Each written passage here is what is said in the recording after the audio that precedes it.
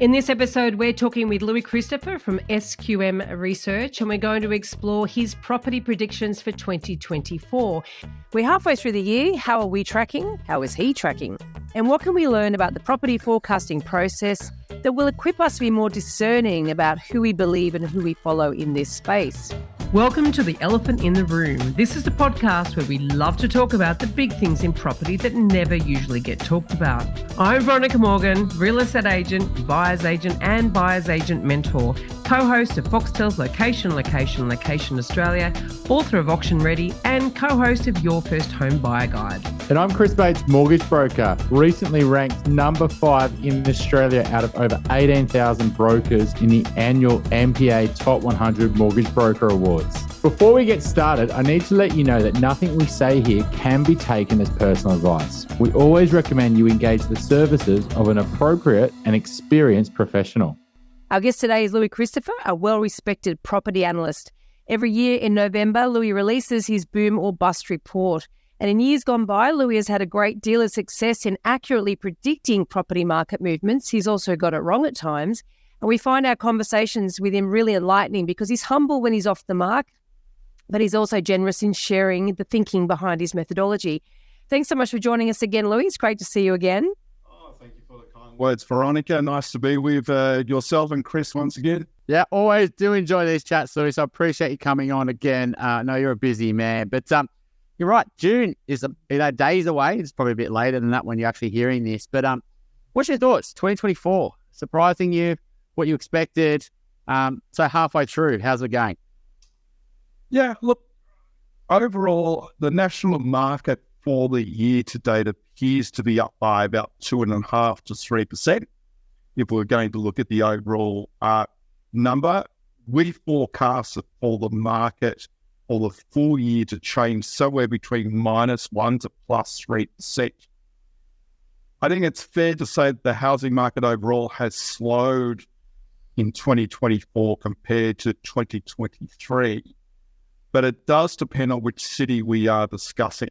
Yeah. Indeed, our forecasts for 2024 were very much city dependent from a range where we're forecasting Perth to rise by 5 to 9%, through Melbourne potentially falling from -5 to -1%. So it's, it does depend on which city we are discussing. And so far, I would say we're on track with a number of the cities. I'd say half of the cities.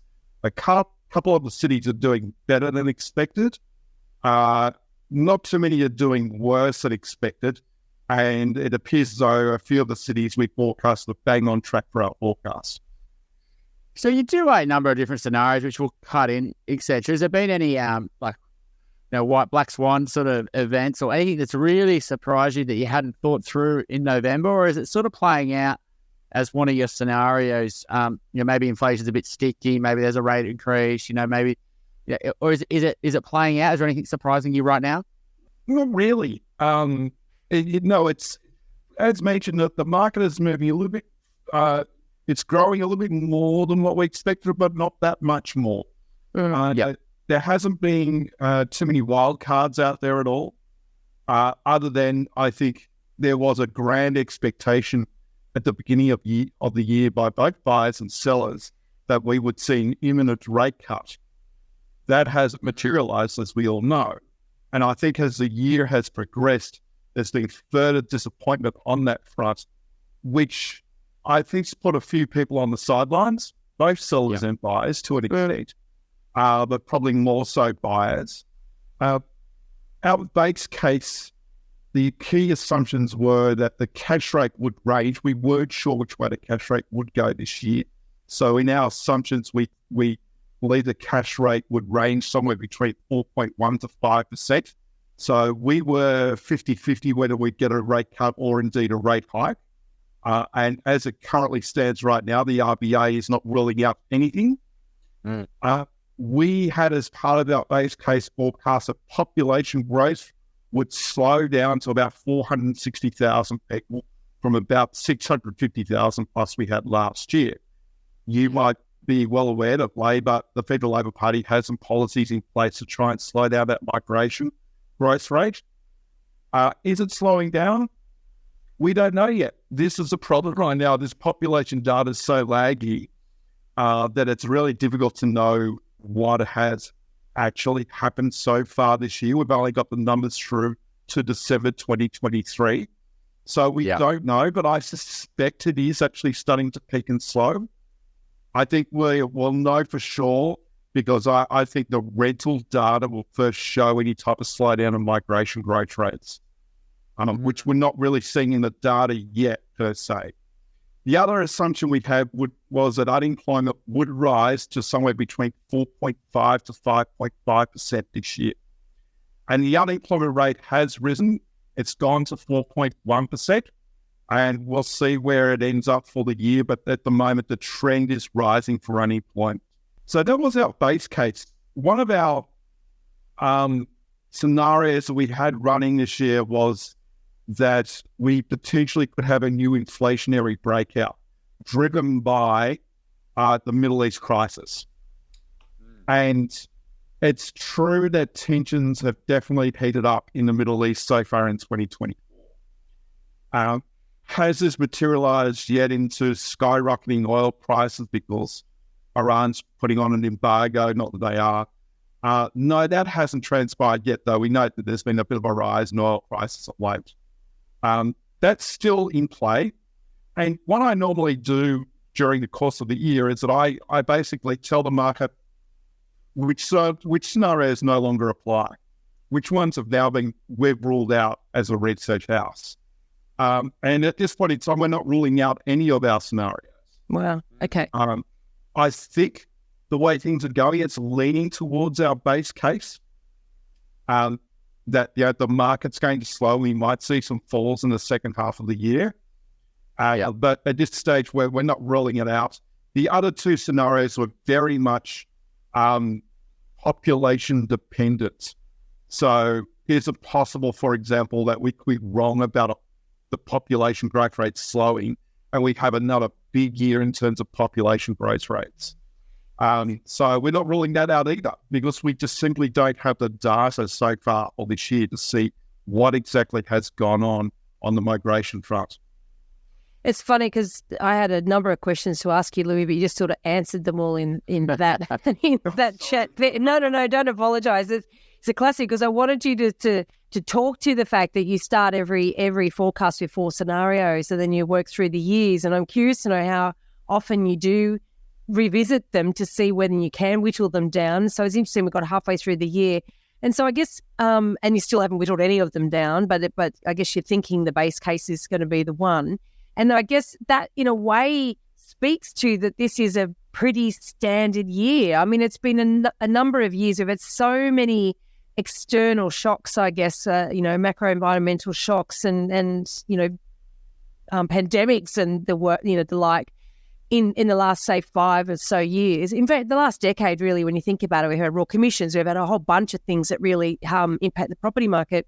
And it's funny because my take on the ground, buying property for clients and working with clients and talking to people across the country as well, first home buyers and all the rest of it, is that my sense is it's very much, we're back to the olden days. It's just sort of just the way a normal year pans out. That's sort of what it feels like.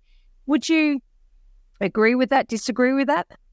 Well, I think it's not been exactly an eventful year. We haven't so far had changes in interest rates, but we cannot rule it out.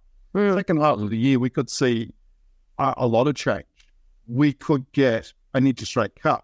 We could also get an interest rate rise. We don't know.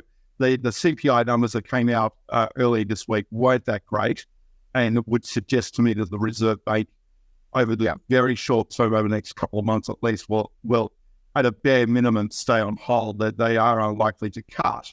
But as mentioned before, we know unemployment is rising. We know the retail sales numbers that came out were dreadful, suggesting that the economy is actually slowing down quite considerably. Feels like an economy that's kind of stagflationary. So we've still got some sticky inflation, but people are also very cautious of their spending now. So that puts the Reserve Bank in a very hard spot indeed. What do they do if the economy continues to slow, yet they've still got strong inflation? What do they actually do? I wouldn't want to be a central banker in that to make that decision. Are you, Louis, already starting to think about 2025? Like, as someone who forecasts, are you starting to formulate things, or do you sort of like put that on the back burner and go, no, I've got a process. I wait till October, November, and then I really start to read the land, because it's going to change so much probably in the next 4 or 5 months. Are you constantly thinking, years in advance, or do you have a bit of a cadence in terms of how you think about it? Chris, I don't look too forward in advance, and our clients would be well aware we don't do long-term forecasting. It's just too difficult. There's just so many X factors out there that I don't think it adds value, in my opinion. What's that short term though? 12 months out, I think we can make a forecast 12 months out. But beyond that, I wouldn't dare try it. Yeah. But I mean, as you started thinking about 2025, you're halfway through the year. Are you starting to think about, like, if this happens, then this will happen, or do you just don't even bother with that energy in your brain? Well, yeah, as we all do, I think of the future, and at the professional level, I think one of the things that may well play out next year is that the government will manage to slow down the rate of migration. This is going to be, as we can tell, this is going to be a major election issue. And I think the community as a whole does want to see migration slow down from the very strong levels we recorded last year. And I think the government has the power to make that happen. And I think we will see that over the course of 2025. But of course, it is a federal election year. So will they bring in a first home owners grant, for example? Will they try to bring in more rental relief? Will they do more to try to hit their target of 1.2 million dwellings? And we actually see some results on that front. This is hard to tell. Now, your forecast, you talk to the fact that different cities will do different things, and your forecast did say that basically any growth was really being led by Brisbane and Perth. That's right. Can we dig into that a bit? Why? I mean, I know you talk to resources prices, and I'm curious to know how that feeds into the property market. Yeah, sure. It feeds in, depending on where you are, it feeds in directly or indirectly, depending on which capital city we're discussing. In terms of the capital cities that have the greatest direct exposure, that would be Perth, Darwin as well, but through different commodities, more sort of gas and oil. But Perth, it's iron ore in a big way. And so we do follow very closely what the iron ore price is doing and how that translates to economic activity on the ground in Perth. Perth, of course, is also, well, the state of Western Australia, shall I say, has also benefited greatly from on GST receipts. Sure. We're talking big dollars that have gone to the way of Western Australia, and I think that's also helped their economy. Whatever's driving it, the truth is at this point in time is that the Perth market is leading the way in terms of capital growth at this right now. So on our numbers, I believe the housing market has risen so far this year by about 9%. Just so far this year. Which is crazy compared to what they've experienced in sort of, the last decade prior to COVID, for example. Do you believe in the theory of mean reversion? Do you think that this is just really that lagged for so long and it simply has to catch up? Or do you think that there is sort of more active ingredients at play?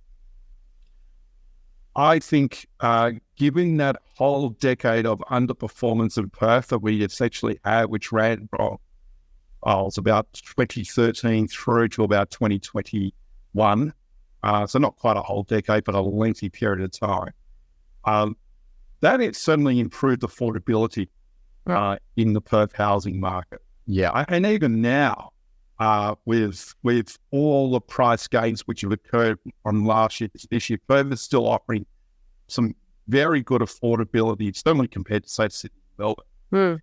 That combines with essentially a very strong economy driven by elevated commodity prices and massive government spending,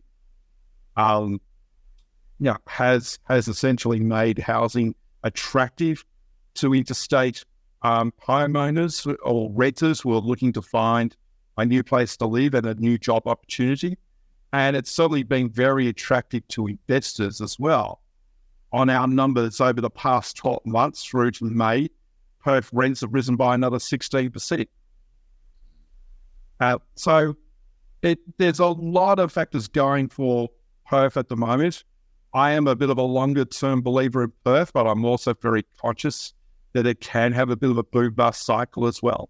And I think people need to be aware of that. But at this point in time, it's a market that's still got a lot of momentum behind it.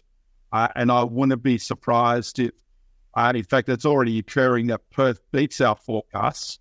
We made a forecast on Perth, if I recall, that the number was +5 to +9%. As mentioned, I think we're already near +9% now. Yeah, we're only coming up to the end of the 5th month of the year. So it's very likely that Perth's going to record essentially a year-end growth rate, most likely around 15%, if not more. Do you have any data on the proportion of sales over there that is investor versus owner-occupier? Sorry, I don't have that data at my fingertips. I've not seen too much in the past. I think it's location dependent. In the CBD area, I think there are a lot of investors, as you may well expect. I think in some of the mining towns, there's also a lot of investor activity too. But sorry, I don't have the full details. Yeah, curious. Louis, I'm just looking at the Perth data on your report, though, and it's a good report if anyone does want to download it. There's lots in there, and even though you're halfway through the year, it's never too late to buy the calendar, as they would say. But if you look at the Perth unemployment rate, and you could easily see in the 2013, 14s how Western Australia was really low, much lower than the Australian average. 5% versus in Australia 3% or 4% in Perth. Yes. But you can see that the 2018, 17 or 16 period, it was just much higher than the Australian average, right? And yes, you can just see that pain there over in Perth. And I think looking at this graph, the interesting thing for me is that the drop in unemployment is so sharp. It wasn't as gradually, that 2022 mark, and it really plummeted fast. It was a bit lag out there, and it's just all of a sudden people have had all this time, unemployment's higher, I'm not getting wage increases, times aren't good, I'm not going to upgrade my home, and then bang, it's a real tight employment market, and they're paying me a lot more right now. And I think that people make property decisions when times are confident, right? And they don't make those decisions, and you can sort of see why it's catching up, because they haven't felt confident, and then all of a sudden they have, and that's that boom and bust sort of playing out, isn't it, in the unemployment rate? Yes, it is. That's right. And what this shows too is we cannot rule out a period. In fact, I'm sure it's going to happen at some point where the state of Western Australia will have some type of cyclical downturn, probably driven by, say, a big fall in commodity prices. And the state will slow down because its receipts will slow. The mining companies located there will not be doing so well. I'll start laying off jobs. And that then translates to a tougher housing market. It will happen, but at this point in time, happy days for Perth. And as mentioned, relative affordability is still very good despite the recent gains. Well, this is interesting too, because, I recently read a report, Adelaide is expected to meet Melbourne's median house price within 6 months. Brisbane's dwelling median prices exceeded Melbourne's dwelling, and I'll distinguish between dwellings and houses. I'll point to that distinction.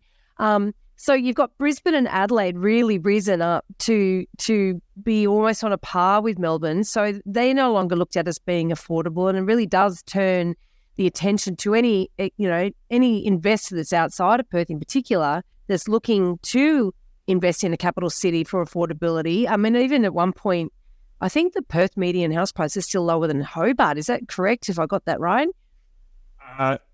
I think that's changed at the moment. Let's see, we've got Hobart's the second most affordable city we've got. The most affordable we have is actually Darwin. Right. Okay. Yep. And then followed by Hobart, and then after Hobart comes Adelaide. They are the most free. Really? Well, that's interesting. I wouldn't have thought that based on the other data. But so what about Brisbane, though? I mean, so Brisbane, we know that there's been a lot of internal migration to Brisbane. What is the reason for the sustained price growth that they've had? Brisbane is a city that I regarded has an indirect exposure, but not an immaterial exposure to the fortunes of the commodities market. So these larger mining companies often have headquarters in the Brisbane CBD. And I found that over a period of time, there does seem to be an indirect relationship, at least, between, once again, the fortunes of the commodities market and how the Brisbane housing market evolves.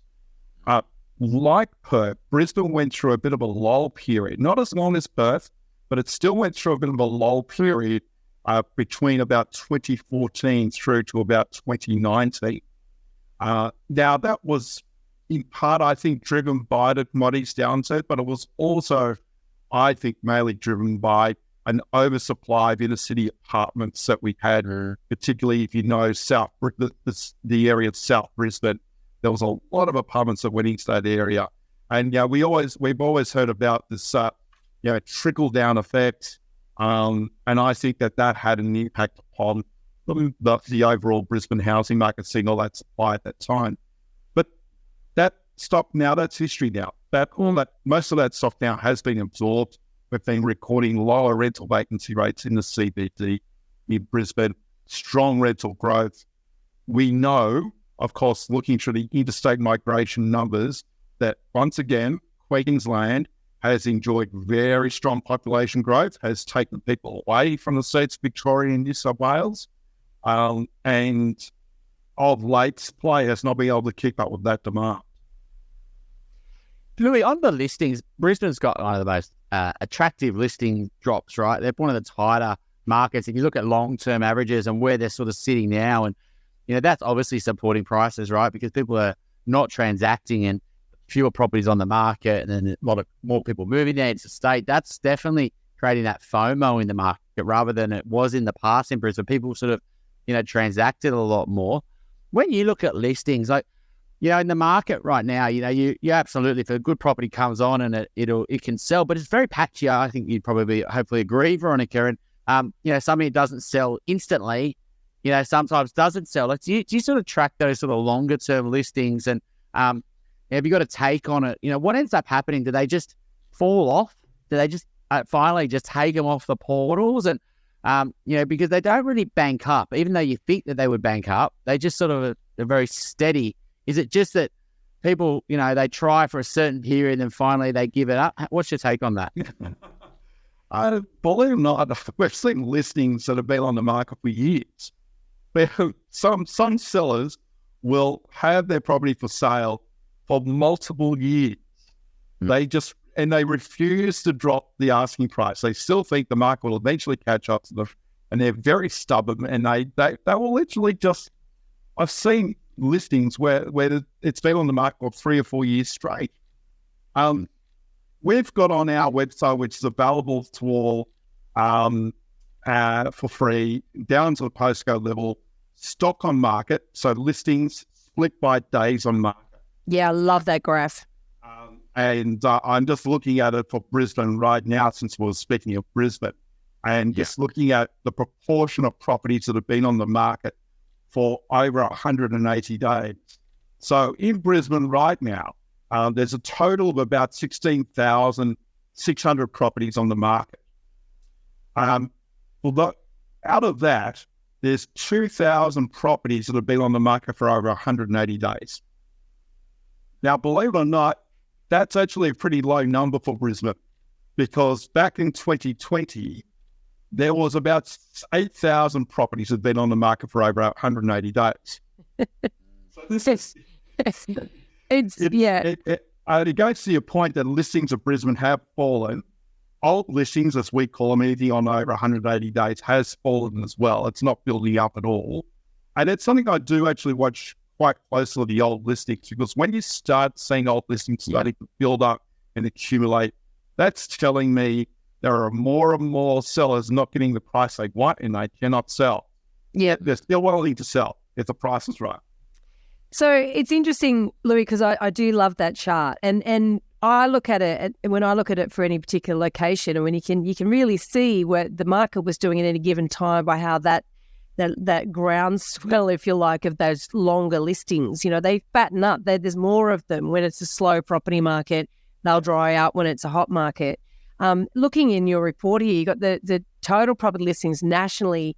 You've got that neutral chart, right? It looks at all the listings in the country. Yes. And that the red bar at the bottom is all the properties that have been on the market for over 180 days. Yes. That dropped off. That started really plummeting in 2021. And it really hasn't risen to their long-term average, has it?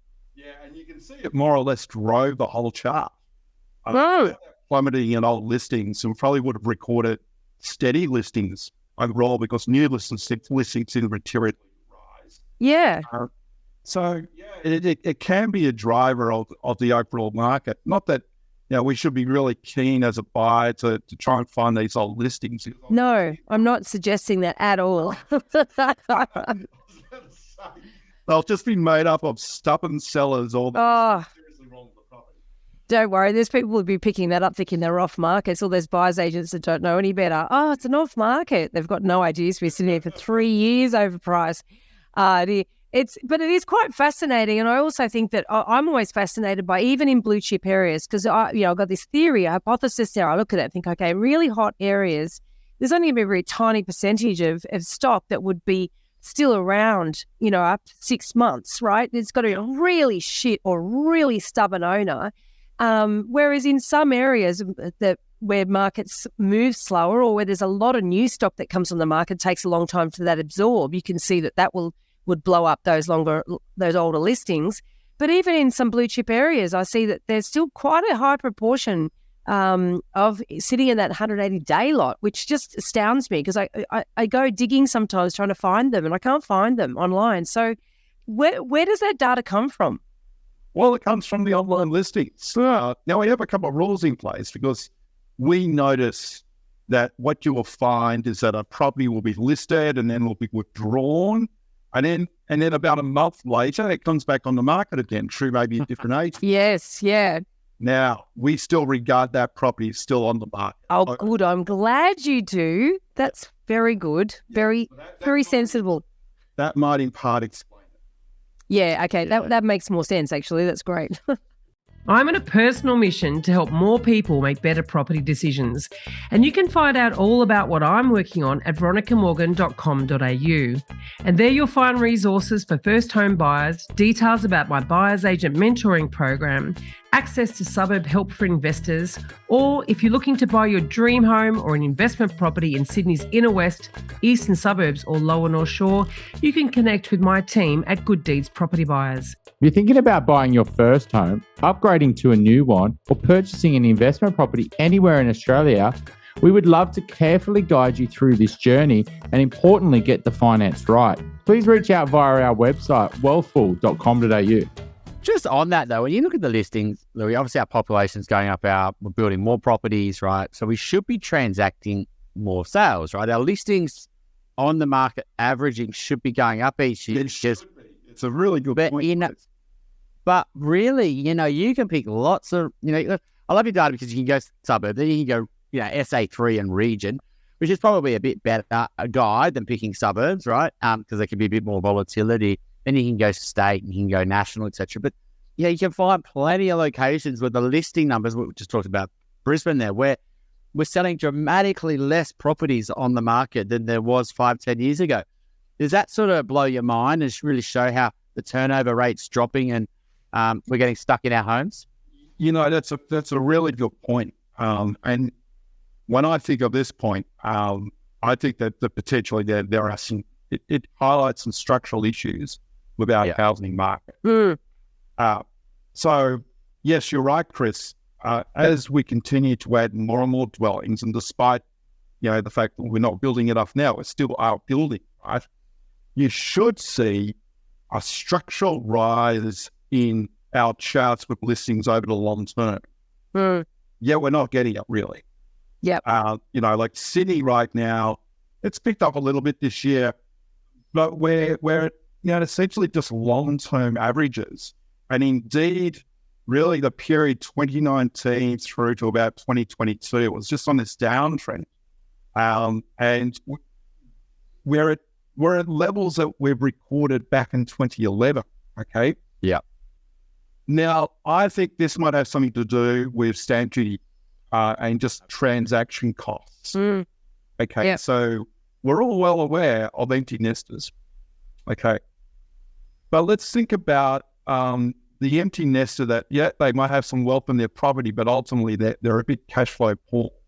Okay, so let's say they want to downsize. Well, in New South Wales, let's say they own a home in Sydney. Okay, and they want to downsize to a 3-bedroom unit, something like that. They're still up for a lot of stamp duty. The transaction costs are huge. And I think this deters long-term property owners from basically buying a property that better suits their needs. So rather just not going through that process. Obviously, it's emotional anyway in selling up the family home. But I think this is half the issue, that just the transaction costs are very, very high. So do you think that is slowing just that segment of the market, or just generally speaking, as property becomes more and more expensive, and because stamp duty is based on a percentage of purchase price as a cost, it just becomes bigger and bigger and is becoming more of a sticking point at all price points? Yes, I do think that. The way that stamp duty is also structured, and this is for most states, it's like it suffers from bracket creep in many respects. Yeah. So we talk about bracket creep with our income and income tax. Well, that's a median price for a house, and the value of underlying land rises. Okay, you're paying in absolute dollars more, but proportionally you're paying more because you go into higher percentage brackets in tax with your property. Sure. And so this is rarely discussed, but there is definitely bracket, and that adds to the transaction cost as a percentage of a home's value. And I would argue that is a real disincentive for empty nesters to sell that. Yeah, and I think it is all under there's lots of reasons I would say that the transaction, or we call it transacting less, can they even do it? Do they want to? Can they borrow the money? Houses have been rising a lot more than apartments. So usually people are upgrading and they can't make those jumps. But it's interesting, right? The stamp duty one is that it's counterintuitive, right? Like, yes, you could make 30% more stamp duty because of that bracket creep and because prices have risen 30%. But if you reduce transactions 30%, are you actually making more money? No. And so, and so it's a bit of a catch-22. Like, so if they did reduce stamp duty or move to land tax, it would affect their income, but it might not affect it as much as they think, right? Because if you increase transactions and you reduce the cost of stamp duty, they may not have a huge hit. The challenge they have, though, is that it's the state government revenue and the amount of billions of dollars they receive in stamp duty to get off that gravy train, particularly when they've got a lot of debt, is really hard, right? And what we saw with the Peritet and that moving to land tax, and that was obvious. We saw it as brokers, no stamp duty up to first 1.5 million for first home buyers. Bang, prices rose more than that stamp duty in the space of months, right? Particularly because there was a thought of it exiting. So they're stuck in a rock in a hard place, I feel, on this. But it makes sense. But, are they willing to do it? I don't know, and maybe it's just a case of tweaking the bracket creep potentially. Maybe that's enough to get some movement. But moving to land tax just feels like a step too far for them, I feel. Yeah, it does. And the landscape is what it is. And I think for participants in the market, they can't really go about making decisions on what the government may or may not. Yeah. No. Yeah, but quite clearly it's adding to the shortage issues in the overall housing market in terms of taxes, in my view. I don't think that's going to change anytime soon. Yeah. Meanwhile, because of the shortages, it's very unlikely, even if we were to go into an economic downturn, that we would see any type of crash in the housing market, in my opinion. Yeah. Have you done any analysis on the ACT? Because they obviously ACT is a much smaller market, but they have been phasing out stamp duty and moving towards a long land tax. Yeah. Are there any clues? Have you sort of your analysis? What is your analysis, I guess, of that market showed up? Is there a clear indicator that it could solve a problem in terms of flow of listings? Well, we've got to be careful about drawing to causation, but I can tell you now that since those changes, which occurred when ACT listings were on a real low ebb, the listings market has been just on the rise and on the rise. So back in 2022, we recorded a near record low in listings in Canberra of just some 2,700 properties on the market. And on our last read, that number is now 4,003 properties. So it's risen quite significantly since the changes. Over and above that, when we look at the rental market for Canberra, well, this is one of the markets where we actually suggest it's no longer in rental crisis. So we've been recording rental vacancy rates, which were as low at one point of just 0.5%. And if you look at our charts now, we've recorded a surge in rental vacancy rates over the course of 2023, where the vacancy rate's still relatively tight. It's at 1.7%, but it's certainly eased up. Really eased up in a fairly significant way, and is actually above our long-term average in terms of rental vacancies we've recorded for Canberra, which our data goes back to 2005. Louis, we've got an election next year. You just mentioned there you can't really think about what the government's doing too much, and you're backing that into decisions. So, 2019 was obviously the flip, right? Everyone thought Labor was going to get in, and Liberals did get in, and they APRA cuts and rate cuts, and all the guns came out.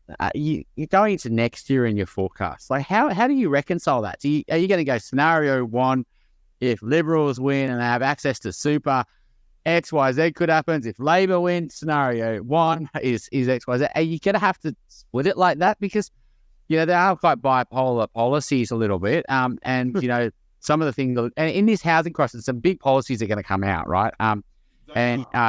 What's your thoughts? Waiting to see exactly what policies come out. So the last time we did that, we actually did it for the 2019 election because, as you know, negative gearing was a key factor. So the election outcome was one of the keys in our scenarios at the time. And fortunately, we had a scenario we ran where the Libs would actually have a surprise win and the market would rise accordingly. You recall 2018 was a bit of a down year for the housing market. Absolutely.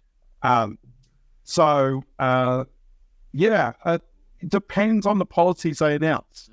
Probably, as it currently stands, probably not if there's no material policies announced here. We've got an understanding in terms of what Labor wishes to do with migration. We know their targets that they wish to hit by 2029.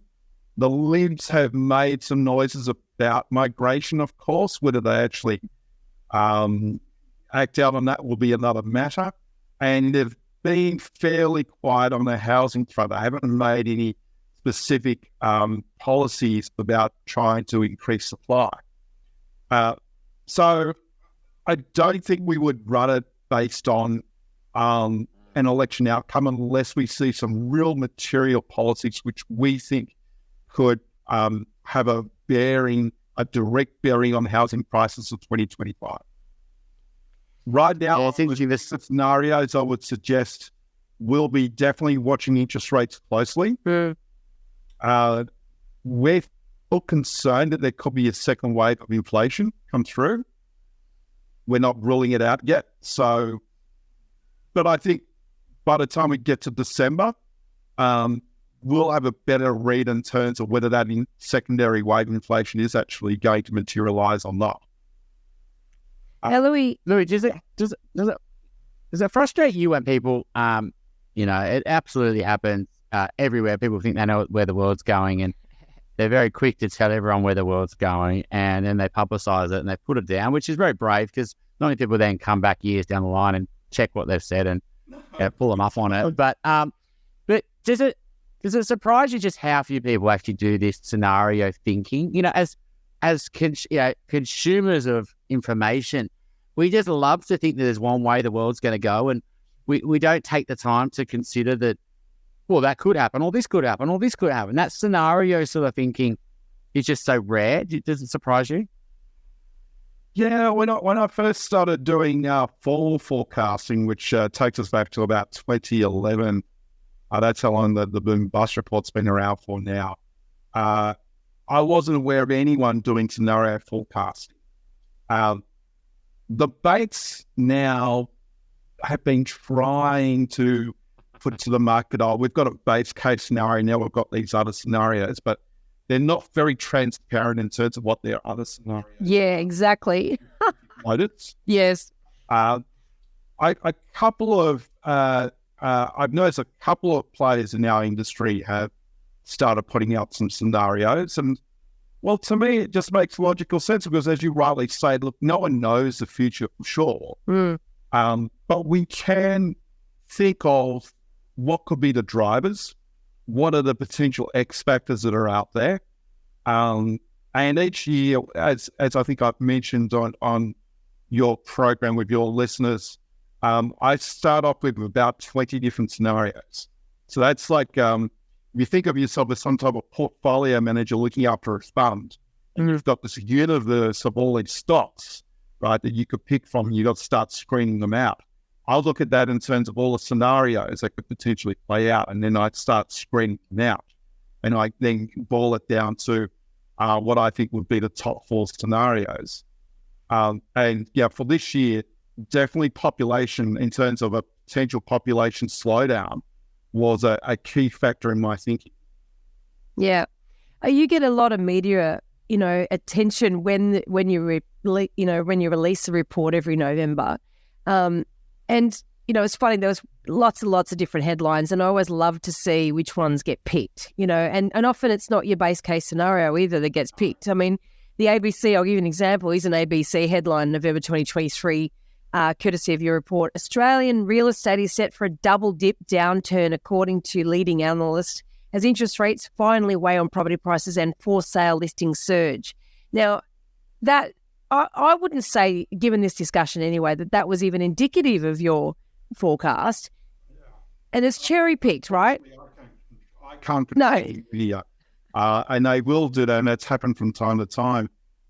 There's one time when COVID first broke out, and you may recall there were forecasts of 30% housing prices. Yeah.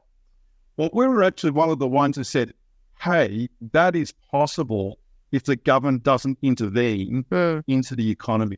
But we also had the other scenario that if the government intervenes, and this is what we ran with first, the government's likely to intervene. Yep. That will actually help the housing market.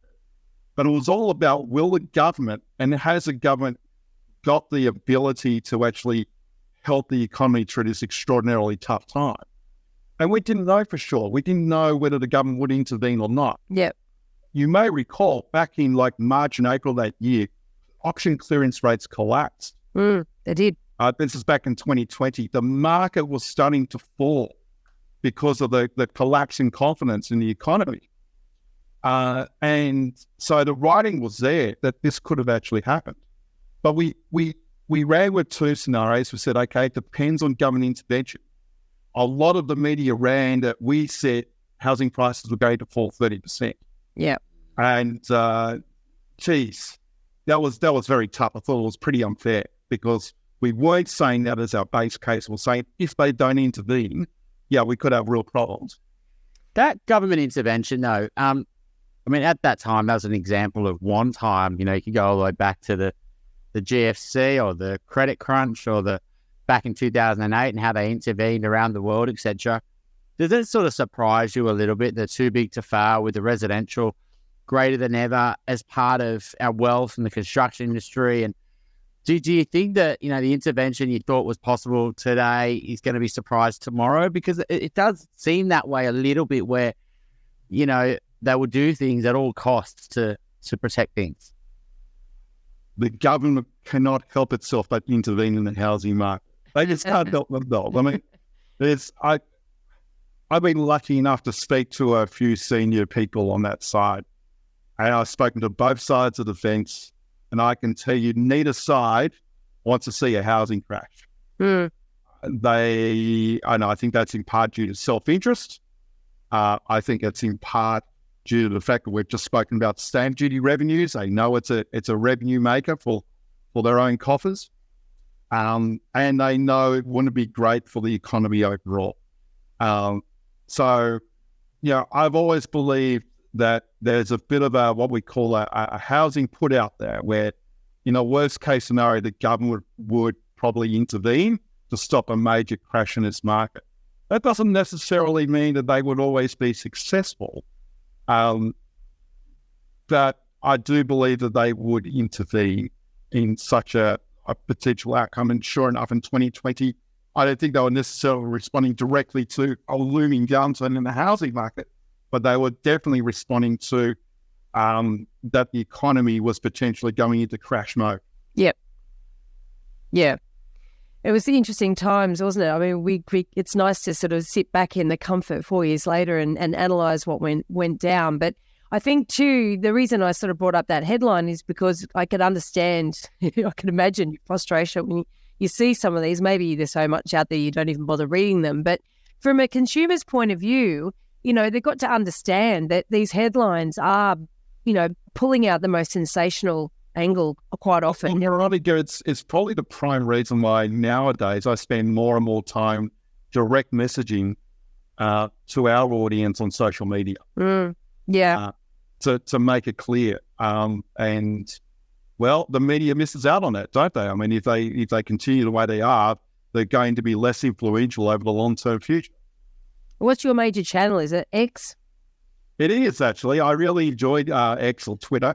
It's a bit wild. There's always debate. But yeah, that's where I'm quite active.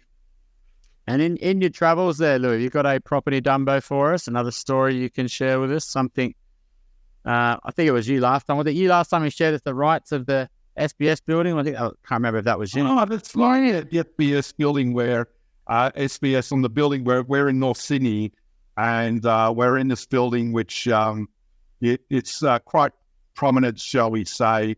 It sticks out. It's an old building. And SBS, we found out that the sky signage we have, and anyone who knows North Sydney knows that there's sky signage everywhere. Yeah. The sky signage for this building was advertised essentially for $800,000 a year. And SBS signed up for it. So there you go. That's one. Do we have any other property gossip? No, I don't know. I'm sure you've heard that John Simons wants to sell his home. For $200 million. Is that right? Is that the number?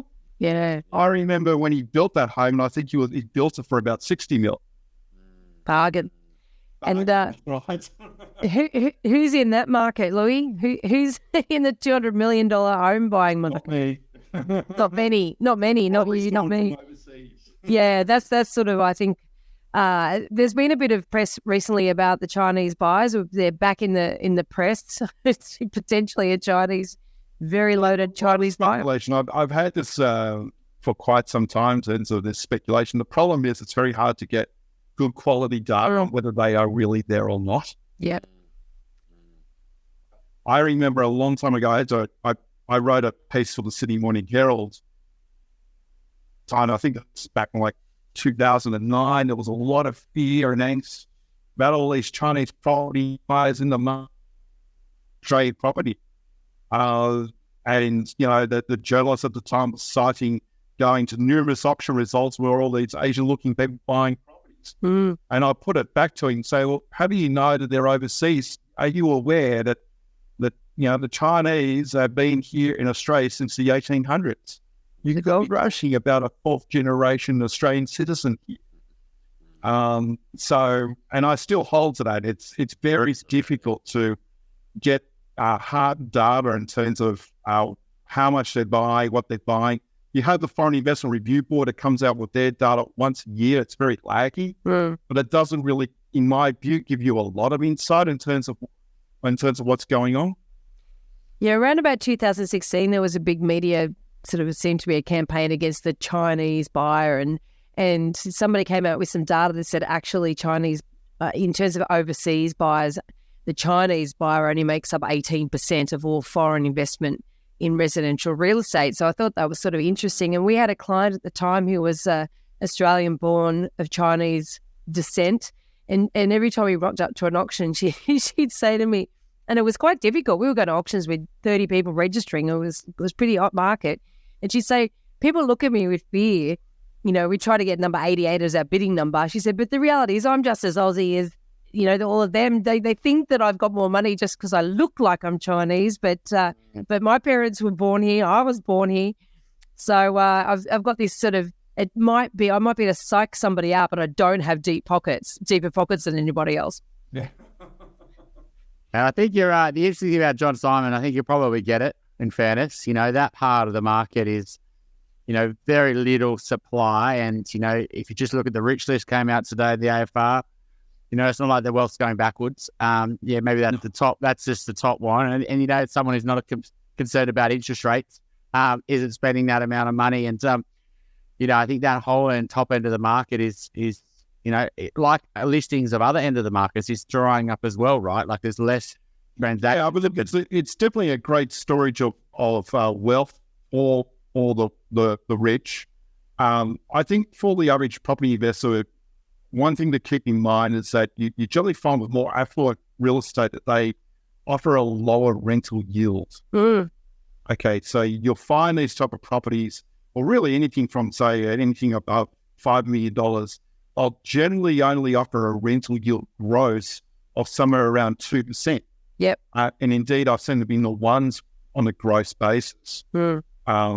So whereas middle of the road property units, you get better yields. You get better yields essentially in the middle to lower end of the market. We're not generally recommending that people look at spending $200 million on a rental investment. Dear. Louis, great chat as per usual. We'll look forward to our next chat with you at some point in the future. But thank you so much for coming along today. It's always great chatting with you. It's always very robust and appreciate it. Veronica, Chris, thanks for having me on, and hopefully that's been of value to your audience. Thanks so much, Louis. Talk soon. If you have a question that you'd like us to answer in an upcoming Q&A episode, you can send us a voicemail or written question via the website, theelephantintheroom.com.au, or you can email us directly at questions@theelephantintheroom.com.au. If you like what you're hearing, please share this episode with others you feel would benefit. And while you're at it, why not leave us an iTunes review? 5 stars would be great. I know that sounds a bit cringy, but we have it on good authority that every review helps make it easier for other people to find out about us and hear what our amazing guests have to say.